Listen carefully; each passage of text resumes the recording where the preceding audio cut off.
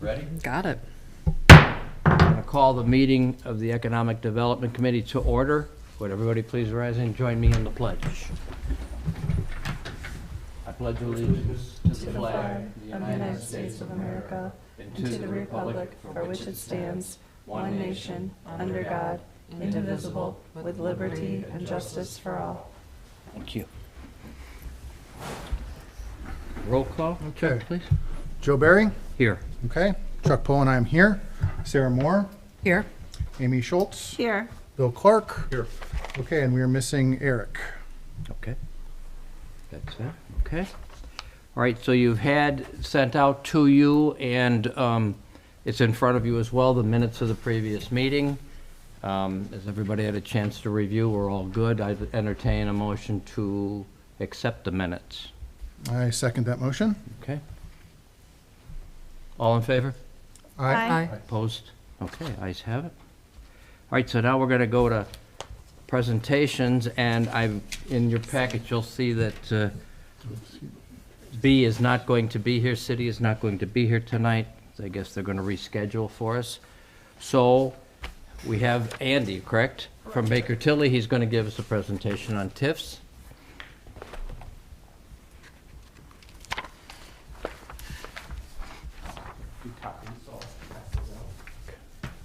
Thank you.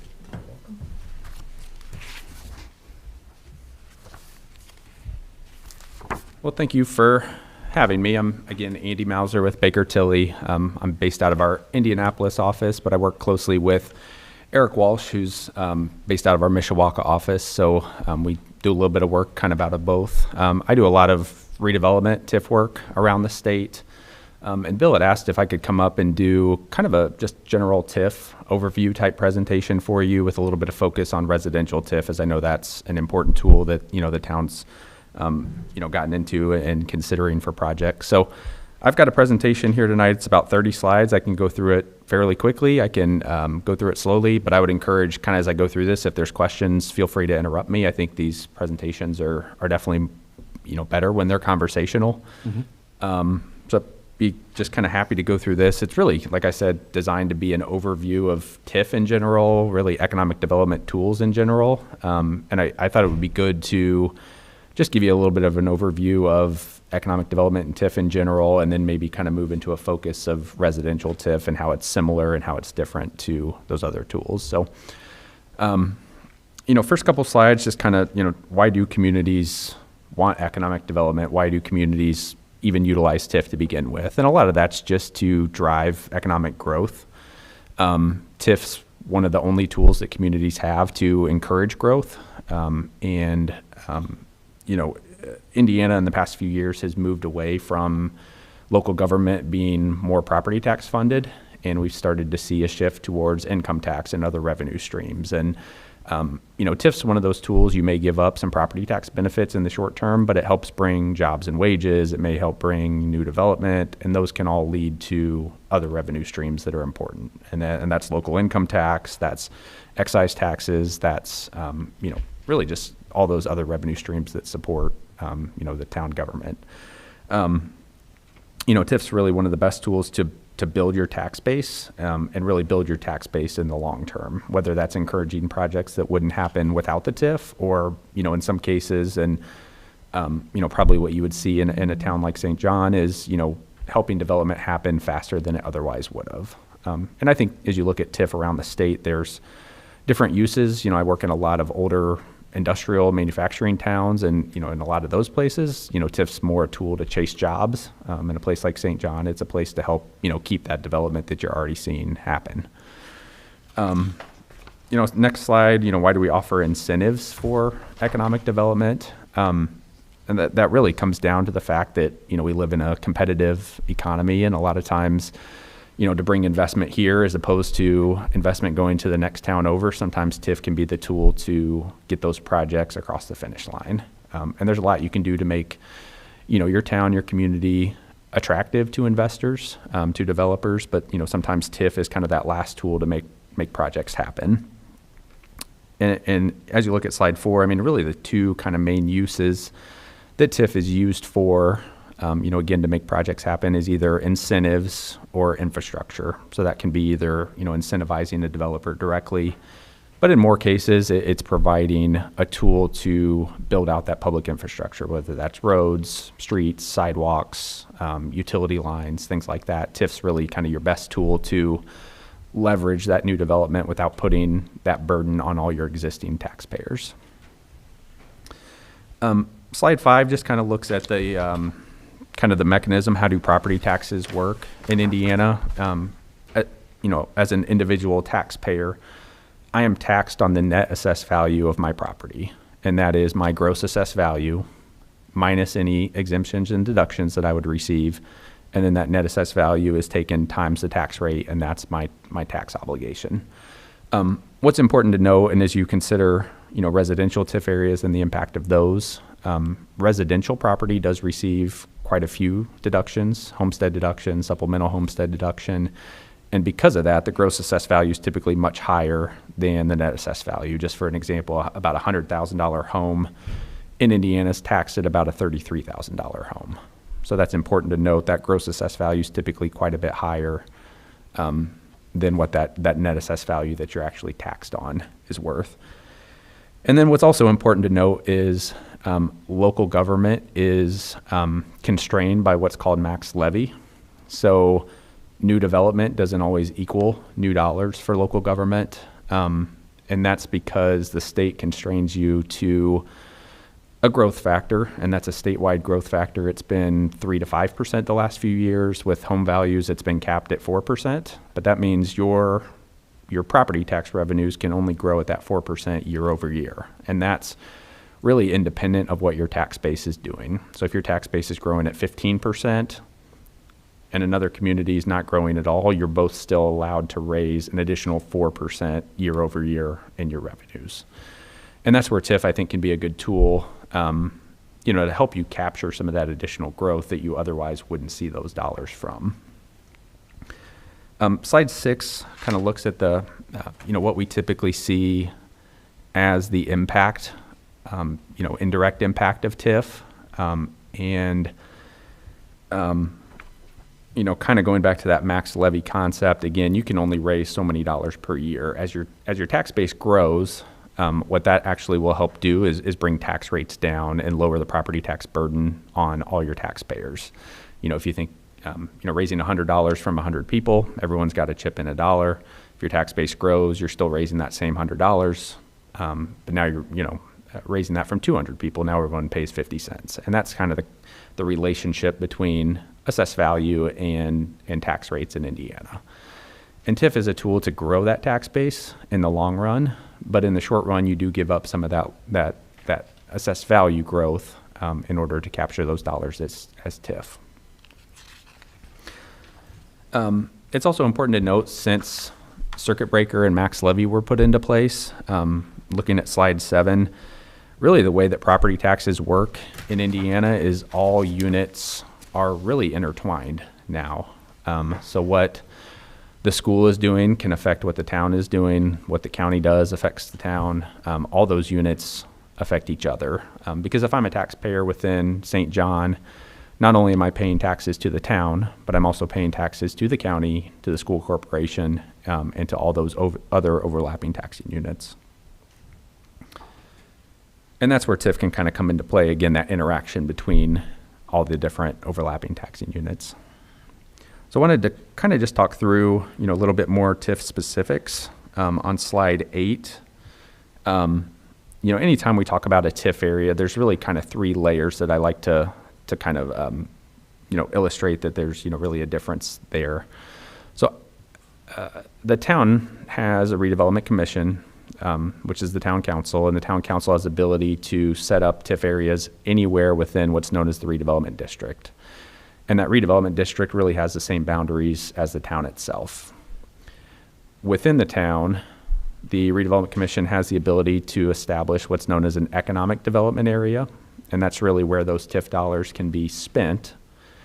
And then within that economic development area are what's known as allocation areas. And those allocation areas are really where the dollars are captured from. So you've got the allocation area where the dollars come from, and then the economic development area where they're spent.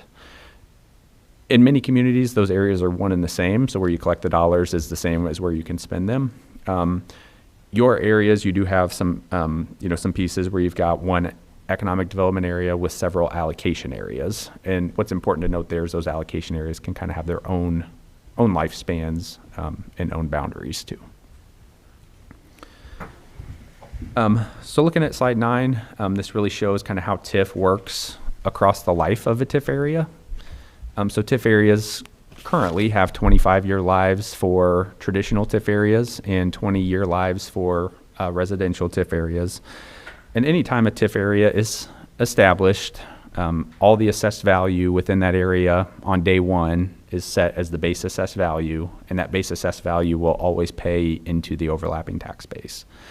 As the TIF area grows and new assessed value comes online, that new assessed value is what's captured as TIF. Again, any increases over that base. And then once the TIF area expires at the end of that 20 to 25 year period, all that assessed value is then released back to the tax base, which is what's shown here as the orange box. And so the town has, several TIF areas existing. Some of those areas will, are at the very tail end of their life and will start to expire here in the next 5 or 10 years and return that assessed value back to the tax base. And the town also has newer areas that are, on the left side of the graph and just starting to capture here. So, I think as we look at, your existing TIF areas, you really got a mix of different lifespans that are out there and expirations that will occur across the next couple of decades. Looking at slide 10, really no difference if I'm a taxpayer within a TIF area. My tax bill's no different than it would be if I was outside of a TIF area. I pay my tax bill, again, based on my net assessed value times the tax rate. And at the county level, there's my tax bill is then broken into 2 pieces. There's one piece that supports the overlapping tax base, and there's one piece that's captured as the increment, and that's what's distributed to the Redevelopment Commission. So again, it doesn't affect my tax bill directly, but again, is really divided at the county level based on assessed value that was there when the area was established, and then any growth, which would be known as the incremental or captured assessed value. So then the question, once we kind of go through the calculation of TIF, how does TIF work? What are the permitted uses of TIF? And that's something that has really changed here in the last 5 to 10 years and even here in the last couple legislative sessions. TIF is much more flexible than it was, even 3 or 4 years ago. Prior to recent years, TIF really had to be used for things that were either in, serving, or benefiting the TIF area, and they had to be capital in nature. So what we typically saw was infrastructure projects, roads, sewers, things like that. Redevelopment commissions also have the ability to buy and sell land, get land site ready, shovel ready for new development projects. But 3 or 4 years ago, the state, realized if you have new growth, but you have no way to support that growth over the long term, that starts to create an issue. And so the state gave you the ability to start to use TIF for public safety projects. So you can start to use TIF to buy police cars, build a fire station, but those still needed to be capital in nature. The state also realized that, sometimes quality of life improvements are an economic development tool. Things like parks, trails are important to attract residents, attract businesses. And so TIF can now be used for projects like that as well. Other uses, job training, collaboration projects between local government. And then there was a very notable change that came out of last year's legislative session that actually now allows you to use TIF for public safety operating. So not only can you, pay for police cars, fire trucks, fire stations, but you can start to pay officers, pay for benefits, things like that. Something we definitely caution, that can be a good use of TIF, but at the same time, TIF is a limited revenue stream. You may have that TIF stream for 20, 25 years. If you're relying on the TIF for those salaries, once the TIF area goes away, you need to have a plan in place, to be able to continue to pay, those public safety officers. So I guess I'll pause there. Any kind of questions on use of TIF or kind of the mechanisms for how it works? I think the slide 11 is important because that was a big issue. Is imagine a scenario where you bring in 1,000 new residents, but you have no new money to pay for police, fire, et cetera. So obviously, that's one of the biggest issues. If that's been corrected in the state, that's a great thing, 'cause I know not a lot of states have corrected that yet. So a lot of people find themselves, we saw this quite a bit in Illinois, where you would find all this TIF money being used for projects, and then lo and behold, the fire department, the police department came up short at the end of the year because of that, and they couldn't, they had to find ways to make do. So that was a huge issue, and I'm glad that's been corrected. One of the other things I kind of wanted to talk about a little bit was, so the original sort of the spirit and intent of TIF was blight. And as you know, you talked about some of the older communities. The idea was I have a blighted area of my community and I need to revitalize it. There was a standard called, and I don't know if you'll get to it, I don't want to interrupt the slide if you're going to talk about the but-for argument. Yep. So we had a but-for argument. This neighborhood would be redeveloped. This plot of land would be redeveloped, but for there's an existing building that needs to be remediated, okay?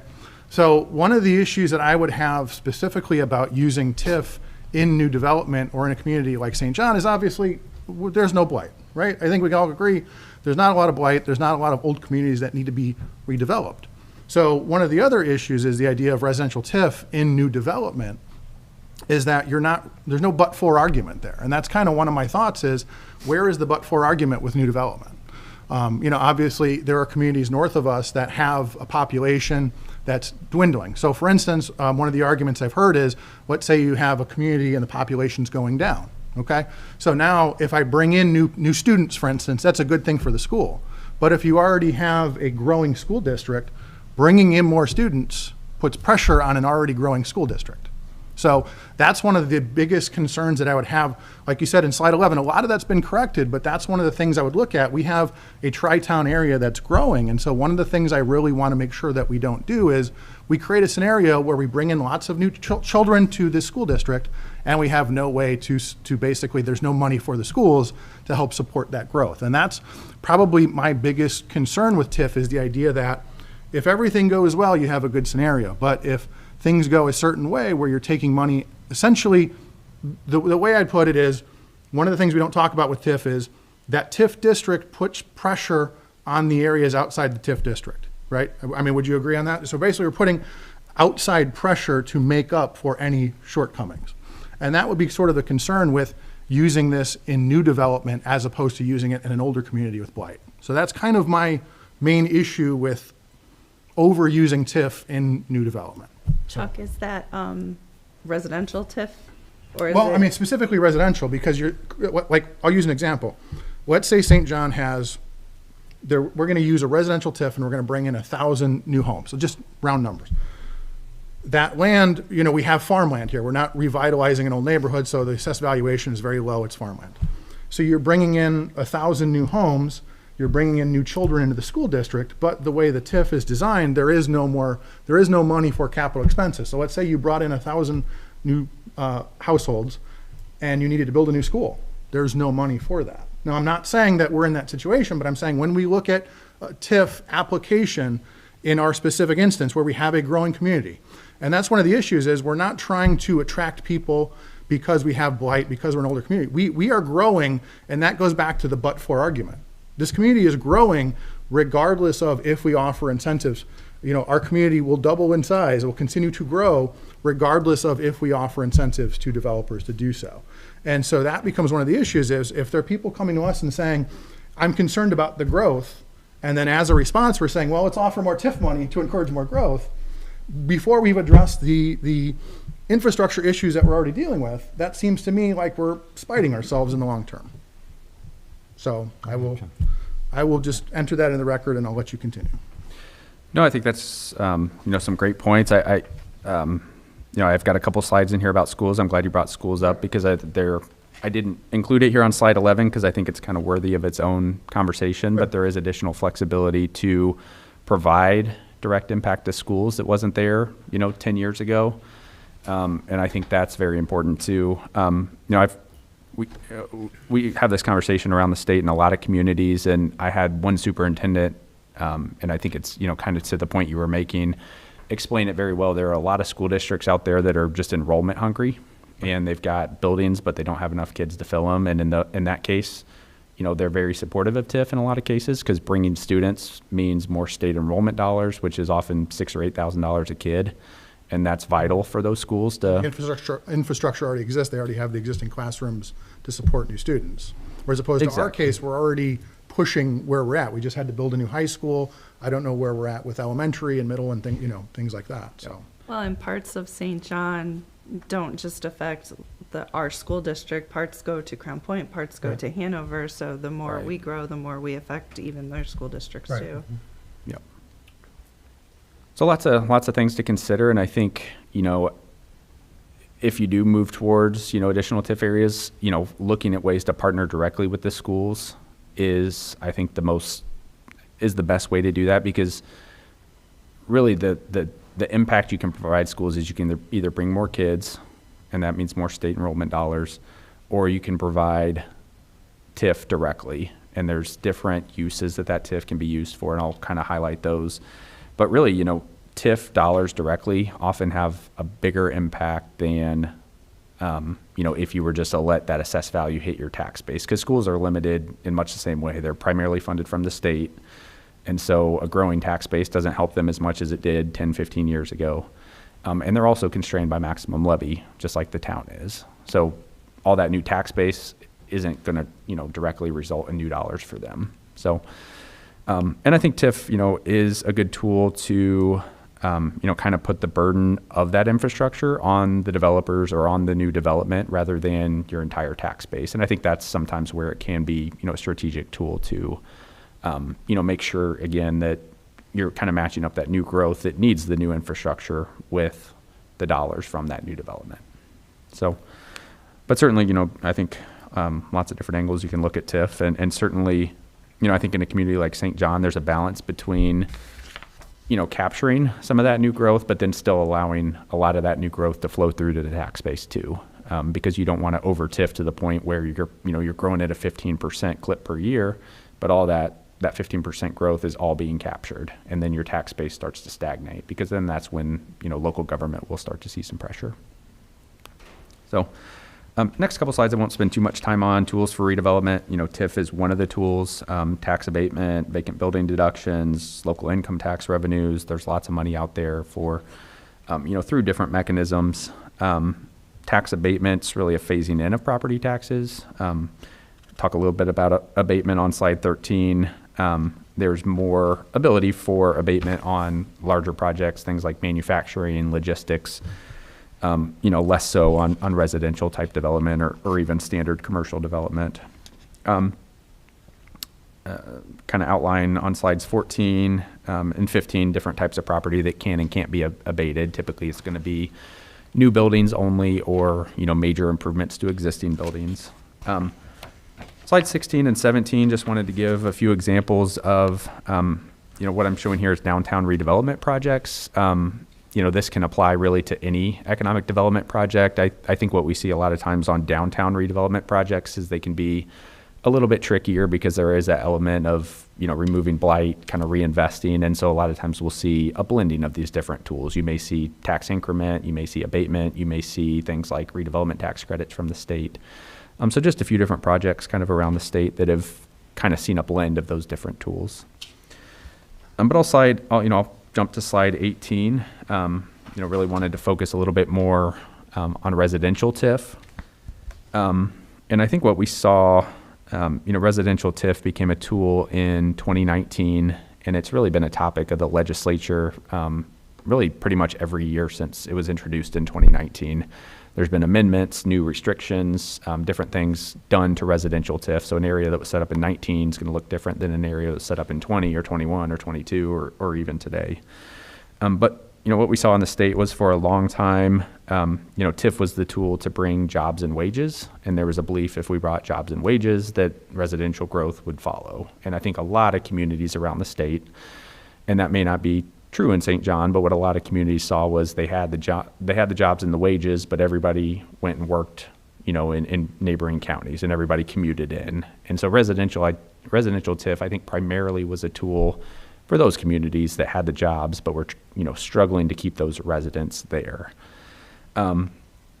So it was put into place, really as a tool to kind of fill some of those gaps. A lot of those communities had developers looking at projects, but there was, hey, we've got $2 million of drainage or retention, that we can't fund.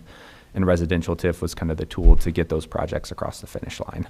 So that's, I think, really the, again, the kind of intent of residential TIF when it was created in 2019. Looking at slide 19, how does residential TIF similar to traditional or commercial TIF? All those calculations and mechanics that we went through, those all work the same for residential TIF as they do for traditional TIF. It goes through the same approval process, which is a redevelopment commission, plan commission, council approval. It's going to have a tax impact statement and public hearing that's due. And then the life of that TIF area only begins if it's pledged to a long-term debt obligation. Really the difference from residential TIF to traditional TIF is that, again, it can capture single-family residential, which traditional TIF areas cannot, even if there is single-family residential within their boundaries. And then residential TIF here with the 2023 legislative session was limited back to 20 years. So when it was first introduced in 2019, those TIF areas had 20-year lives. It was then expanded to 25 years to match traditional TIF, and then last legislative session, it was dropped back to 20 years. But then it's, much of those same uses that we talked through, but again, there's some additional uses more specific to residential development, things like site prep and things like that. Residential TIF uses on slide 21, you'll see a lot of the same things. Again, infrastructure, and that can include things like sidewalks, parks, street lights. A lot of those more specific residential can be used to buy and sell property, get property site ready for developers. So a lot of the same uses that you would see traditional TIF used for as well. So I maybe pause there again. Any questions, I guess, on the residential piece and how it's a little bit different than kind of traditional TIF? Okay. Are the infrastructure improvements limited to within the TIF district, or can it be used anywhere in town? So it needs to, there's kind of a three-prong test. It's either in or serving and benefiting the TIF area. The in test is very easy. Obviously, if you have a road that's, directly inside the TIF area, the serving and benefiting, that's where it does give a little bit more flexibility to redevelopment commissions to make that determination. Obviously, if you have a arterial road that serves that residential development or that TIF area, that's going to meet that test. Anything outside of that's somewhat of a gray area, and really, again, the redevelopment commission's finding. And that's where we'll see, you may have a new fire station that's going to serve a residential area, and then it's maybe going to serve additional areas that are outside the TIF. That would probably meet that serving and benefiting test as well. And that would be an interesting question. Obviously, being a town with wells, would a new well or a lift station or anything like that qualify? Hopefully it would.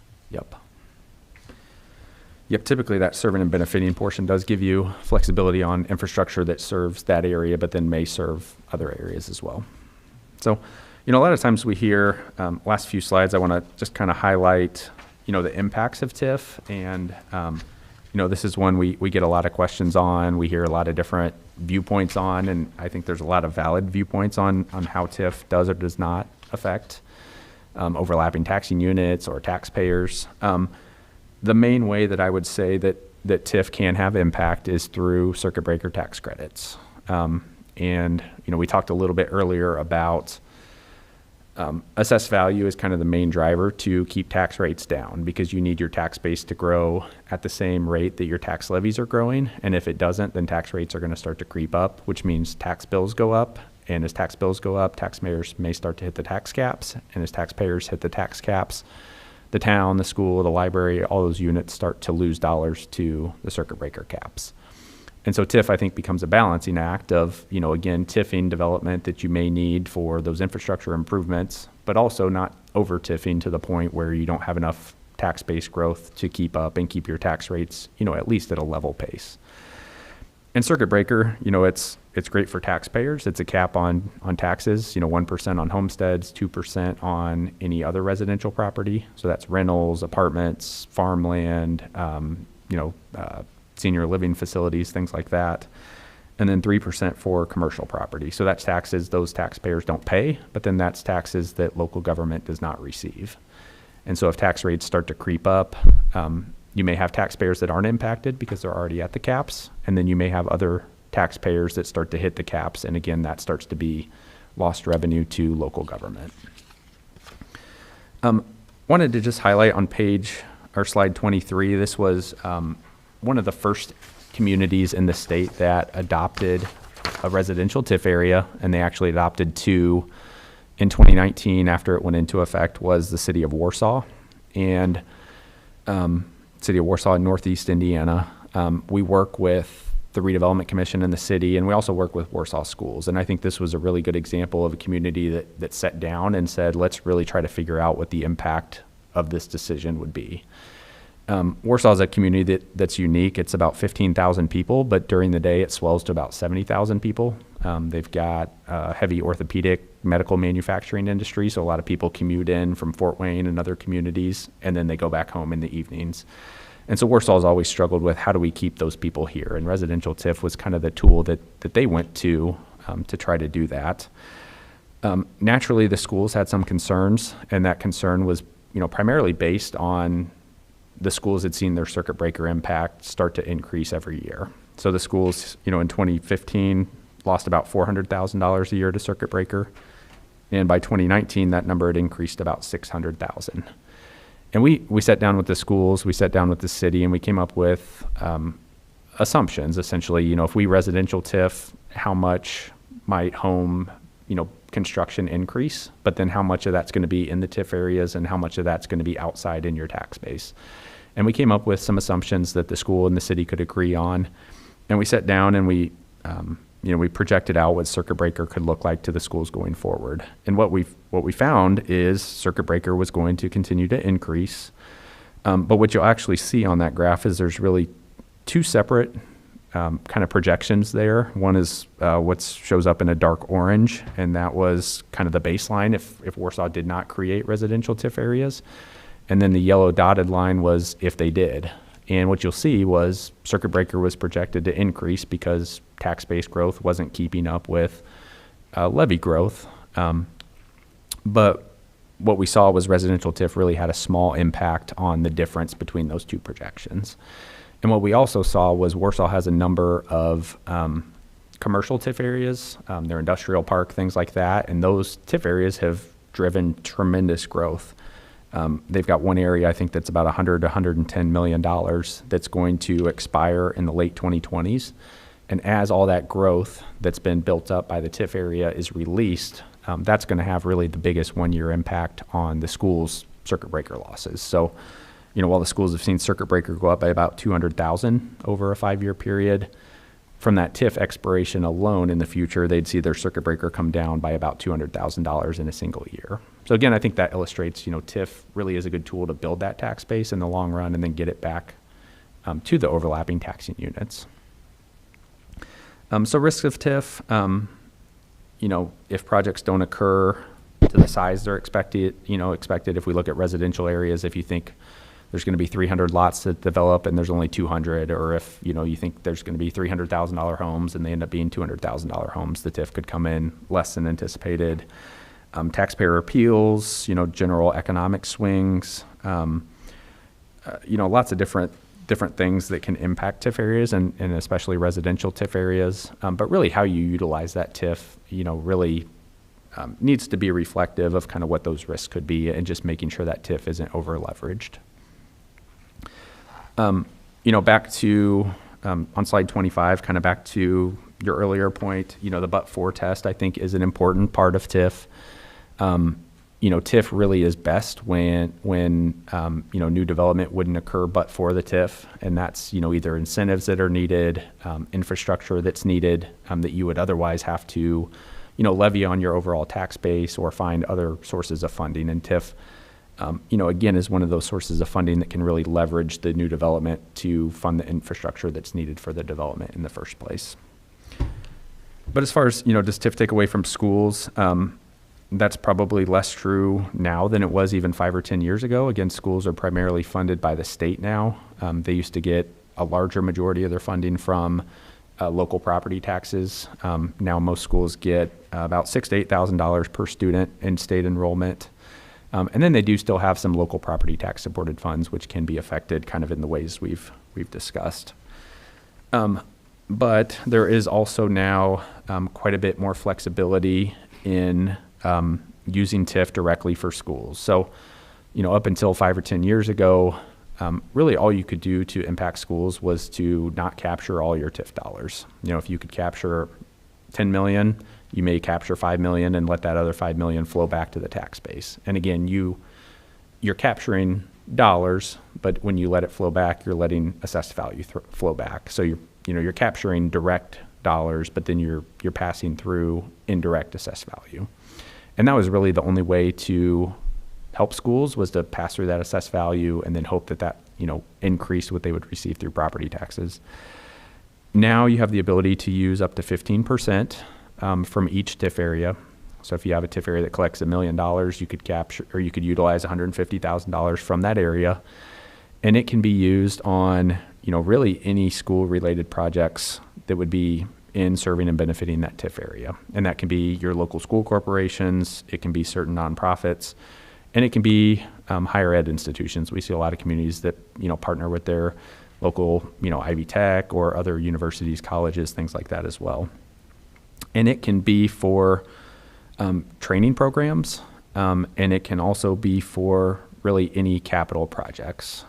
There's a lot of communities around the state that will provide grants to their schools, and in many cases those schools will use those grant dollars to buy laptops or tablets for their students, and that's really kind of the main way that they fund their technology. We see other communities that will put a new floor in a gymnasium or a new roof on the school, or help build additional classrooms, and it can be used again for any of those purposes if it's again in serving and benefiting the TIF area. So last couple slides, just kind of what can the Redevelopment Commission do. Redevelopment commissions have the ability to buy and sell property, repair, maintain, and build structures, contract for local public improvements, and then enter into bonds and leases. So again, TIF can be used as a revenue stream to support long-term borrowings for larger projects.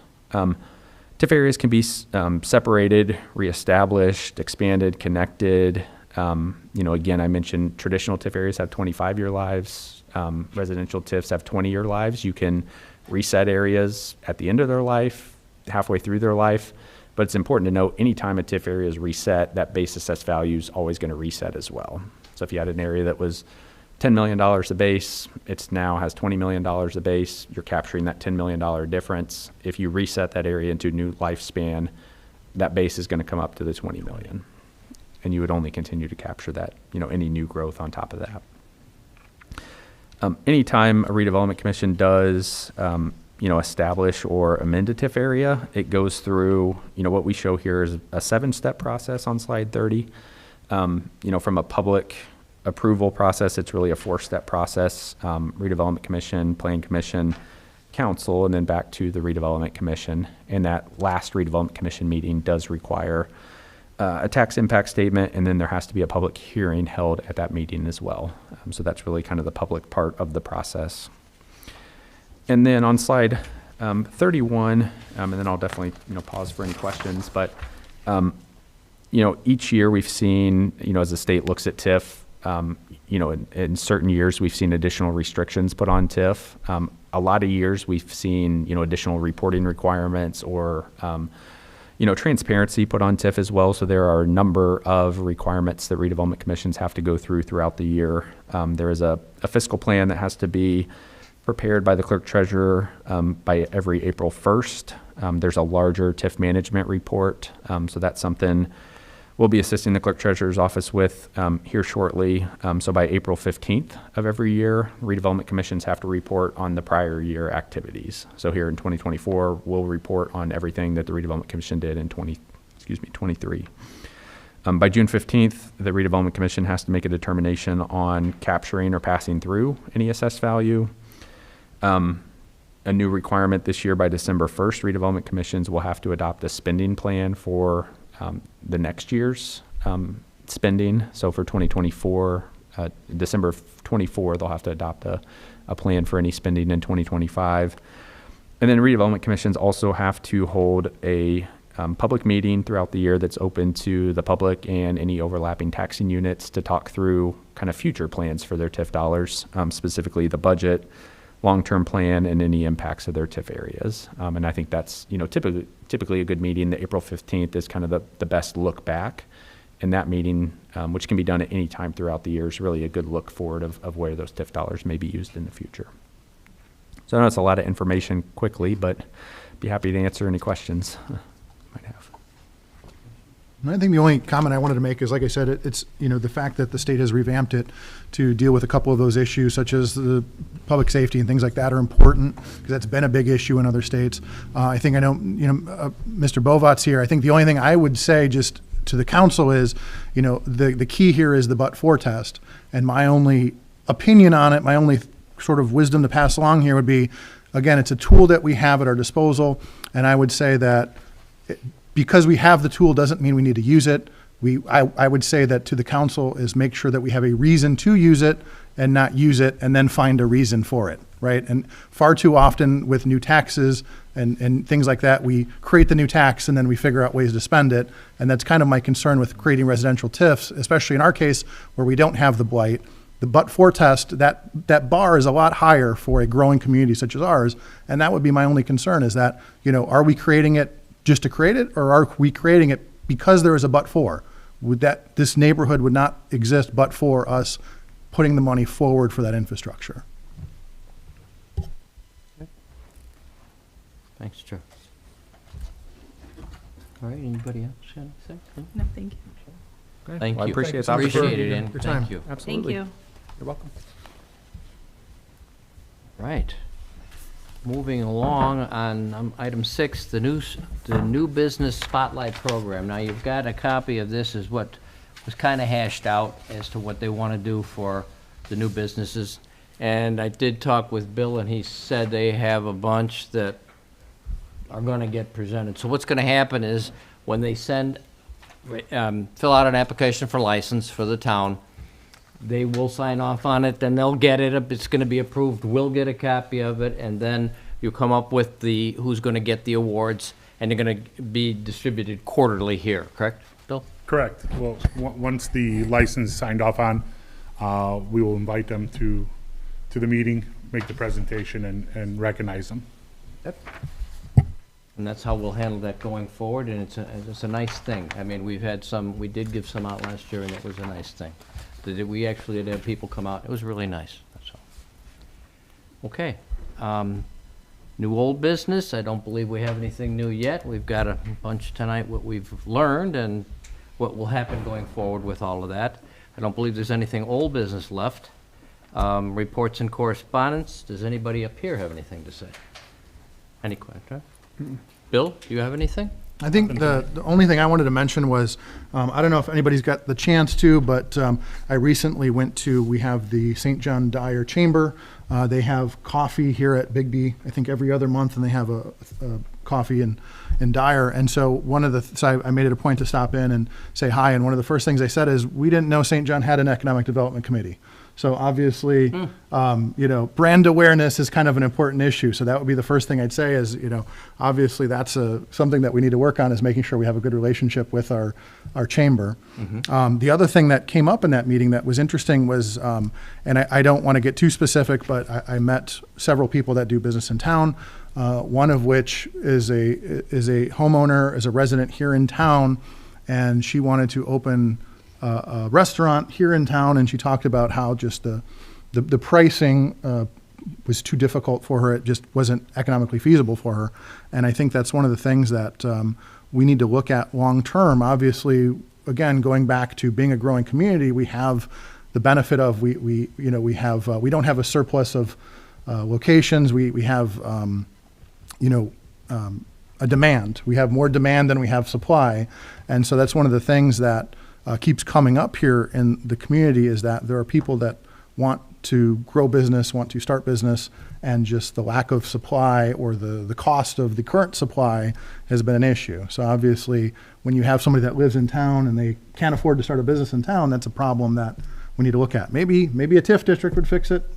Maybe something else would fix it, but I think that's something that we really need to look at, because as a growing community, again, I'm somebody that likes to support small business, and if we create a situation where small business can't afford to do business in town, that's not a good place to be, even if you're growing and have lots of new locations popping up. If the people that are here can't benefit from that, it doesn't do them a whole lot of good. Do they have a restaurant elsewhere and they want to expand? Well, or- they actually decided to locate the restaurant in a neighboring community because of the costs. So and again, I don't want to say too much publicly, but if, and I wanted to invite that person in at some point and talk about that, because again, it's somebody who had a good business idea, that was very good on social media and had a good product, had a great idea, and just couldn't find a location here in town to set up shop, and had to set up shop in another community. Is that referring to rent at current? Correct, yes. Okay. And so basically, again, available stock and the rental prices of that stock based on demand, again, it's difficult. A larger business, a chain, has the money to be able to absorb that first, year or two's of loss if business isn't that great. But if you're a small business owner, you're putting up a lot of money out of your own pocket, second mortgage, whatever you have to do to get your business started. And if the rent's too high, then, it's not a viable opportunity for you. You have a very specific example, but over the years, I've heard that from people, that the rent in our commercial spaces is so high that people that do open close because they can't keep up with the rent, and the business isn't growing as fast as the rent, or they just don't come here because the rent is too high to begin with. Right. Yes.